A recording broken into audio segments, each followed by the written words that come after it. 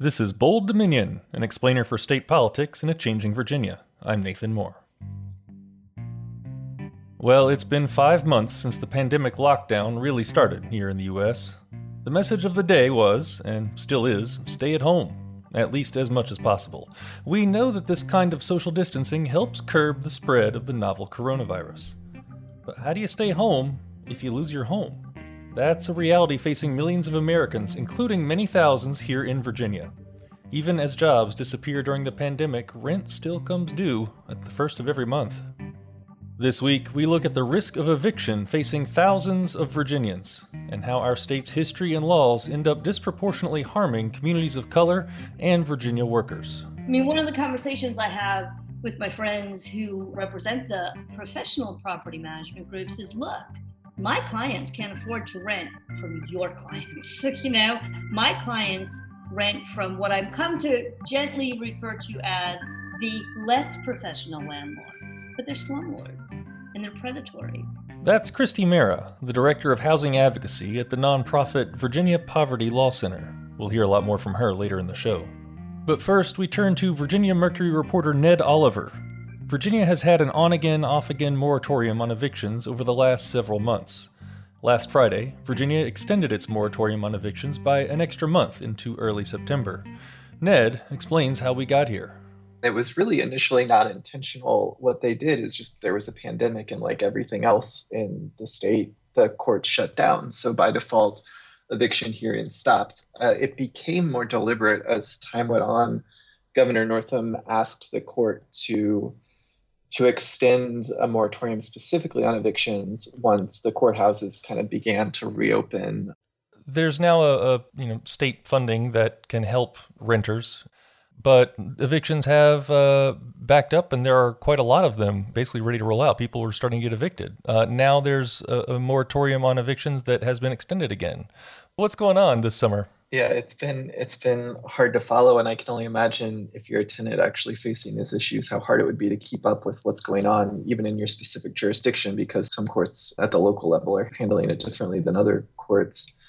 But basically where we are as of today is the Supreme Court of Virginia has once again issued an eviction moratorium that will carry us through September 7th. The latest request that the governor made for an extended moratorium, he set up his rent relief program, and at last report that had helped under 2,000 people. The number was fairly small. They have $50 million to work with. And he said that with coronavirus cases going back up, that evictions posed a health risk. The idea that people would be losing their home in the middle of the pandemic that would seem to be getting worse is something that he didn't support. The court is actually quite divided on this. They issued an order that was a split decision. A four-member majority granted his request to extend the program, the moratorium, and 3 justices, including Chief Justice Don Lemons, opposed it, writing that they thought it needed to be dealt with at the legislative level, that this wasn't a matter that the Supreme Court should be intervening in or placing their thumb on the scales of justice, as they wrote. The Supreme Court of Virginia may have been split on that decision, but they did grant an extension of this moratorium based on, in this case, public health emergency. They did. And the logic, the reason Northam said he wanted it extended through September 7th is the General Assembly later this month is about to convene for a special session, and he hopes to address the issue legislatively during the special session. He has not made any specific proposals yet about what he hopes to do during the special session, but he has said that he's looking for more funding to expand rent relief programs. There's a new report out from dozens of academics and low-income housing advocates that estimates how many households are vulnerable to eviction during COVID. And in Virginia alone, they estimate 600,000 to 880,000 people at risk of eviction. What happens when that moratorium is eventually lifted? The courts will start hearing the cases, and people will start getting evicted. And it really just depends on what kind of help is available and how recovered we are. But basically the points advocates have been making is the numbers we're seeing right now, that 12,000, that 9,000 cases pending, that's normal. And we really haven't seen yet the wave that they're warning of, and the wave that the statistics you just cited suggest we'll see. What's been the response of the landlords through all this moratorium on evictions? Well, they opposed the moratorium flat out. The director of one of the apartment management associations told me that they sort of view it as going from, a relief act to more of a taking from one class of people to another. They've generally opposed most of the reforms that have been proposed since Desmond's research came out. There were some laws that were enacted, but they were really kind of nibbling around the edges of the problem. They made it easier for tenants to appeal eviction judgments. They set up a pilot diversion program in a few localities. This year, they did go a little bit further and created a 10% cap on late fees. So landlords can no longer issue flat fees if people are late paying their rent or a portion of their rent, which was a pretty common practice.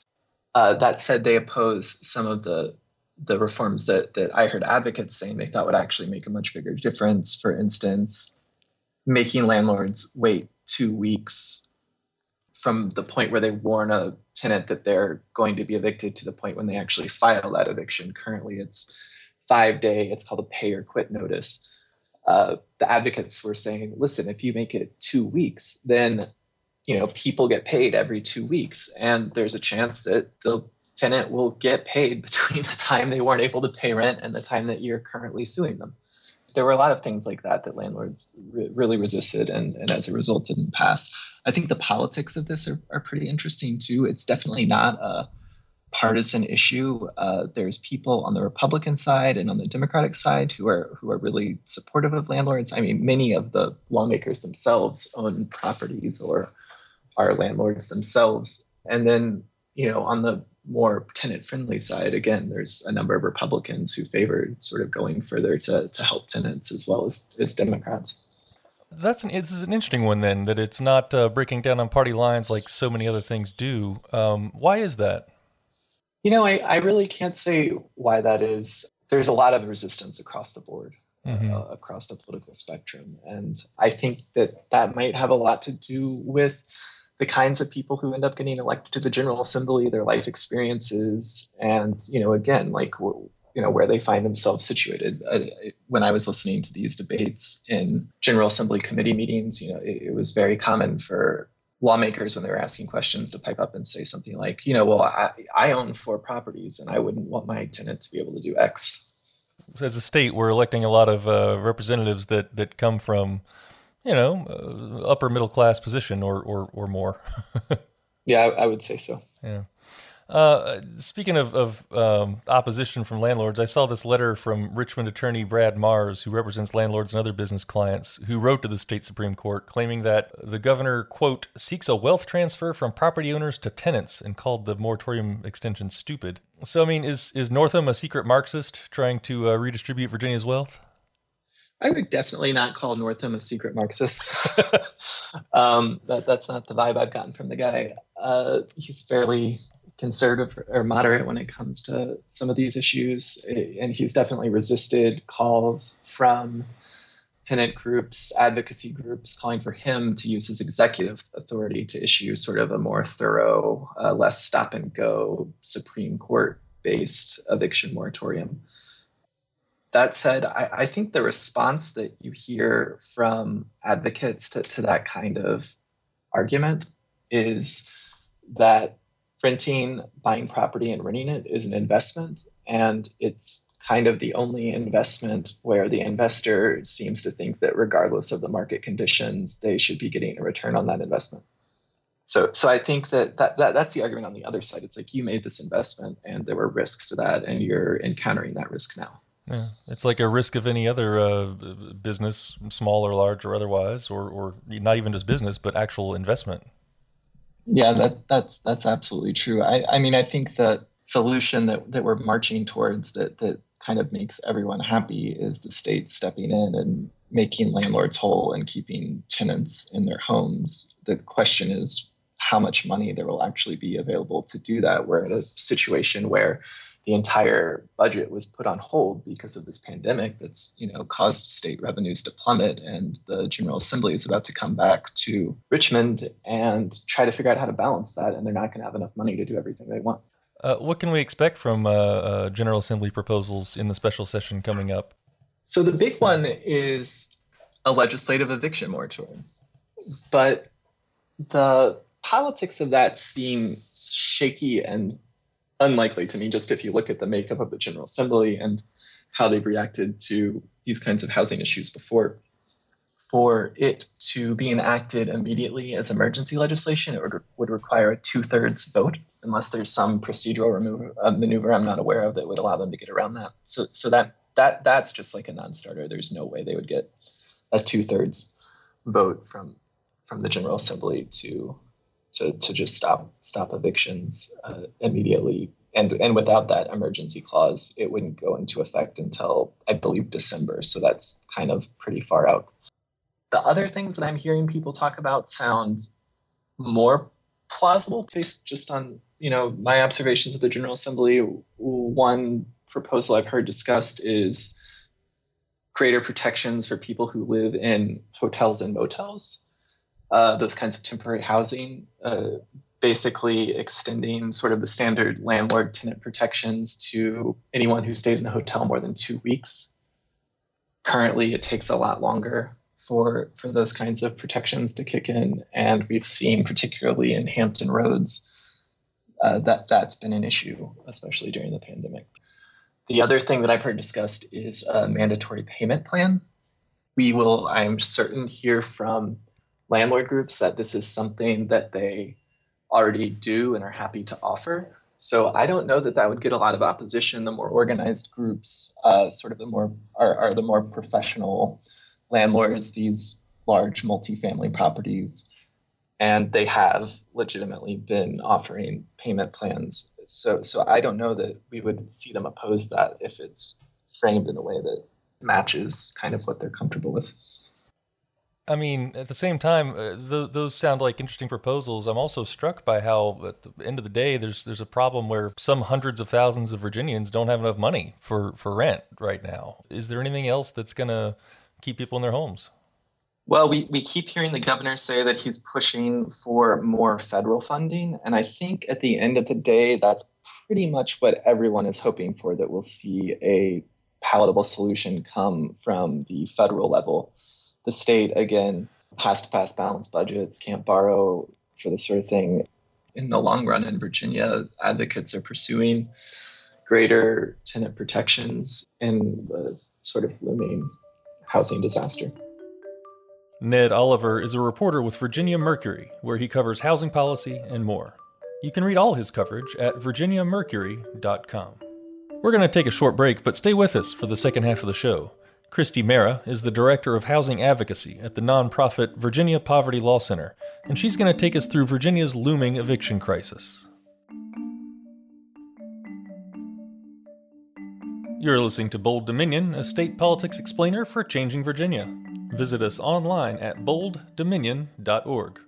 Got a friend who's trying to figure out Virginia state politics? Well, tell them about this show.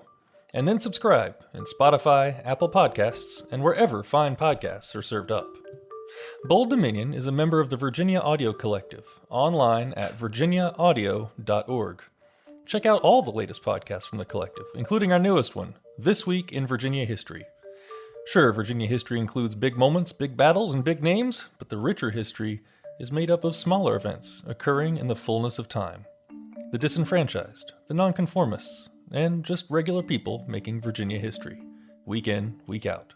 This Week in Virginia History is available at virginiaaudio.org. Well, Virginia currently has a moratorium on evictions that lasts until early September. But is that just kicking the can down the road? What happens to thousands of Virginia renters once that moratorium ends? Christie Marra is the Director of Housing Advocacy at the Virginia Poverty Law Center. That's a nonprofit organization that works with the legal aid community of Virginia, and that works on a variety of civil legal issues, trying to improve policies and laws. The court filing numbers are deceptively low. Right now, for example, in the next 8 weeks, there are something like 9,500 eviction cases scheduled to be heard across the state. Now that sounds high, but you're talking to someone who lives in the city with the second highest eviction rate in the country. And of course, there are 4 other large cities in Virginia that are among the top 10 evictors in the country. There are 3 or 4 mid-sized cities in the top 10 evictors for their size city in the country, and even one county that has an eviction rate of over 20% historically. So the numbers we're seeing now are artificially deflated. The reason for that is even though things have been bad and slow and backed up at the Virginia Employment Commission, we still know that people did get that pandemic unemployment compensation of $600 a week. About 75% of those who were eligible and qualified did get that. So that helped with those numbers. The other 25% have been at risk of eviction, and it was probably for those who are still in their homes, just the CARES Act protection that kept them there. So here's where we are now. In terms of help to people, whether it's unemployment compensation or rent relief that goes directly to the landlords or there really isn't anything else, right? We know that if we get more money into this rent and mortgage relief program, and if we give the program time to get that money out to people, that many of the landlords will be made whole. The problem is it's going to take a good 6 months, if not longer, to get all that money out to all those people, given the small staffs and the fact that we only have 30 agencies giving out all this money. So that's why right now we are very worried about all the people who will get or could get evicted during the next 6 months. One of the running themes that the show has had in the last couple months has been that Virginia is just weirdly, uniquely bad in a lot of systemic ways. So why are there so many Virginia cities and localities that seem to have such high eviction rates already before the pandemic? The best explanation that I've heard is that it's just a perfect storm of bad for renters, right?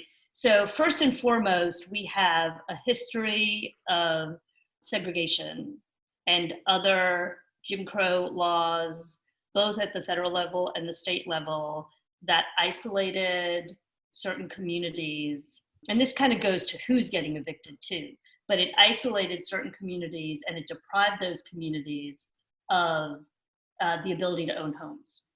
You know, we're talking about our Black and brown fellow Virginians. At the same time, there were many other laws and practices once those laws became illegal that deprived that same community of people from accumulating wealth. All of that to say, what we ended up with were cities where people were not able to accumulate wealth, renting at disproportionately high rates, renting places that were possibly not being maintained as well as they could because the people that were living there, the renters, did not have the political power. And speaking of political power, we've also had a real imbalance of law in this state up until the past year or two, where the laws heavily favored the landlords. We think they still favor the landlords, less so, and we're going to work to change that.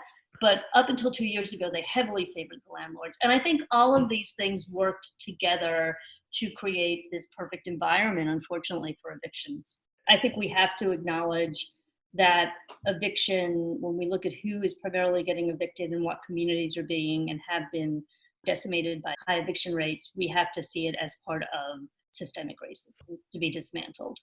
What are the numbers on, Black and brown people getting evicted? Well, here's one thing I can tell you that I thought was really appalling, which is according to recent data from the Stout Eviction Counter, they looked at the self-reporting of Virginians as to whether or not they thought they would be able to pay their rent next month.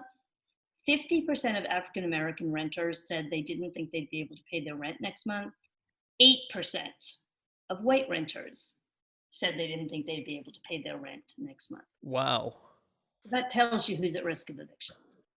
You mentioned that some of the laws, the laws are still troublesome, but that they've changed over the last couple of years. What has changed?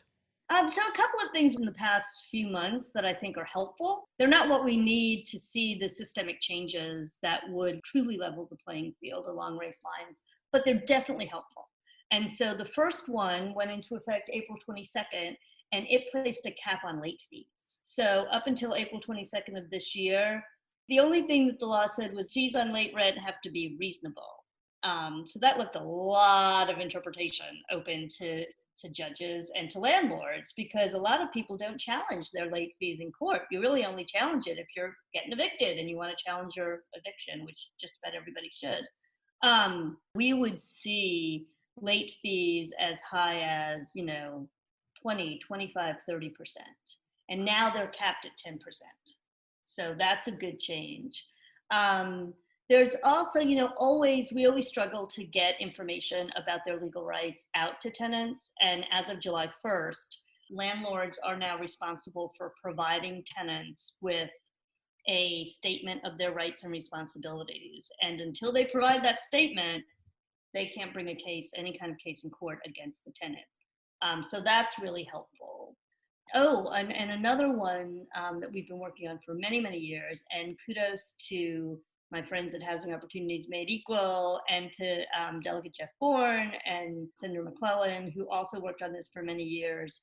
But that is protecting people who have Section 8 and other rental subsidies from being discriminated against and forced to live in these homes that are run by slumlords and not kept up. New law says that you can't, as a landlord, use the fact that somebody is paying with a Section 8 voucher or some other rental voucher as a reason to deny them housing. And that was a big, big problem. And it really was one of the reasons that people would end up in places that they didn't want to be.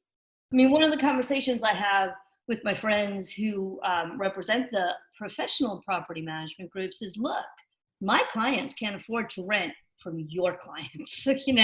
My clients rent from what I've come to gently refer to as the less professional landlords, but they're slumlords and they're predatory.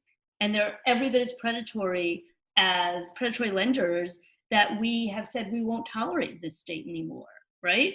So they're just a different kind of shark, right? They're a rent shark instead of a loan shark. Some of whom actually purposefully charge more than somebody can afford in rent, because their business model is to churn tenants out. And that's who we see in court. I mean, that's who we see now trying to evict people. It's the less professional landlords who tend to go to court as a collection mechanism instead of using the more professional tools like payment plans. When does all of this kind of come to a head? We know that September, October will be critical, right? They're critical because that's when all the CARES Act landlords can bring their tenants to court. They're critical because we'll have people who have exhausted their savings, some people did get the $600 a week unemployment benefits despite all of our concerns and despite the fact that we know a lot of people didn't get it. But those who did, this may be the first time that they're not paying rent, right? This may be the initial vulnerability for them. And so we are really pushing for that moratorium to protect people, protect all of us from having thousands of people homeless during a pandemic. What other kind of executive action can Northam take, or has he taken? We are confident that he has the authority to issue an executive order putting a moratorium on evictions. But he has not done that.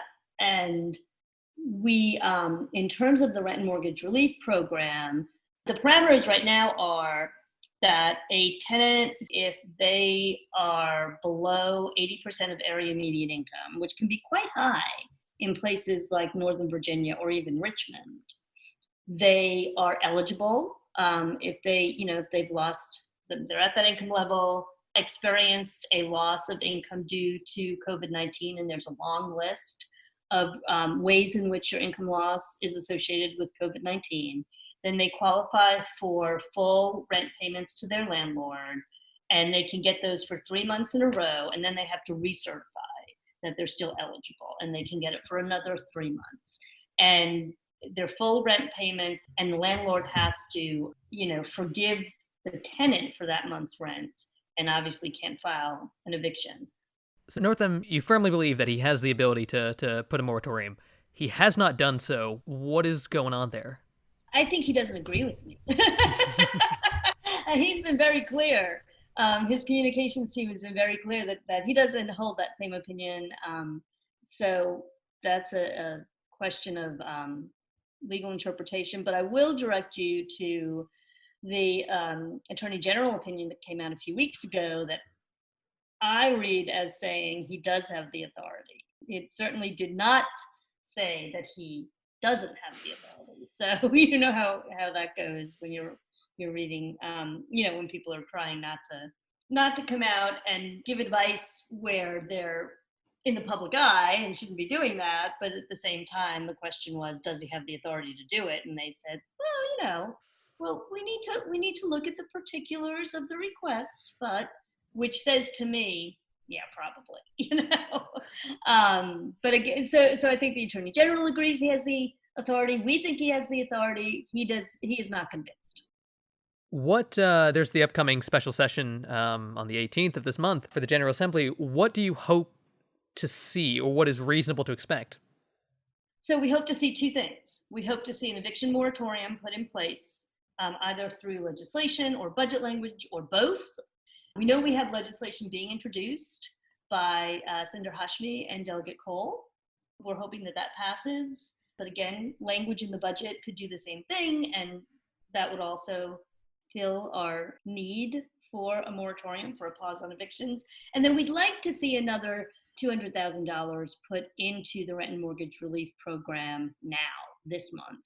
There'll be an opportunity to review that amount both during the veto session, which happens in October, and then again during the regular session, which happens in January. Plus, this is not state money, it's federal money, it's CARES Act money. And the governor has the authority to allot more money from the CARES Act, or if the stimulus package that's being debated in the Senate right now, in Congress right now, provides additional money for rent relief, which we think it will, that money could also be allotted by the governor without an act of the General Assembly. So doesn't really, where it comes from, whether it's this pot of money or that pot of money, as long as it's that initial flow of another 200 million with the reviews and along the line. All of that to say he could review that in November, right? If the money really runs out in November and he doesn't put anything extra in October, in November he can say, oh, we still have X amount of money from the first round of federal funds, or oh, we just got X amount of money from the second round of federal funds. I'm going to take another 300 million and put it in there. So I do think we can somewhat go step by step, but I think we need that initial 200 million along with the commitment to add more money as needed. What kind of resources are available for those who may have already lost their home or maybe about to in the next couple of weeks or months? If anybody out there is about to lose their home, they are facing an eviction, there are two things they should do. First, call the Virginia Poverty Law Center, our eviction legal helpline, for free legal advice and a potential referral to your local legal aid for representation. And that number is 833-NO-EVICT.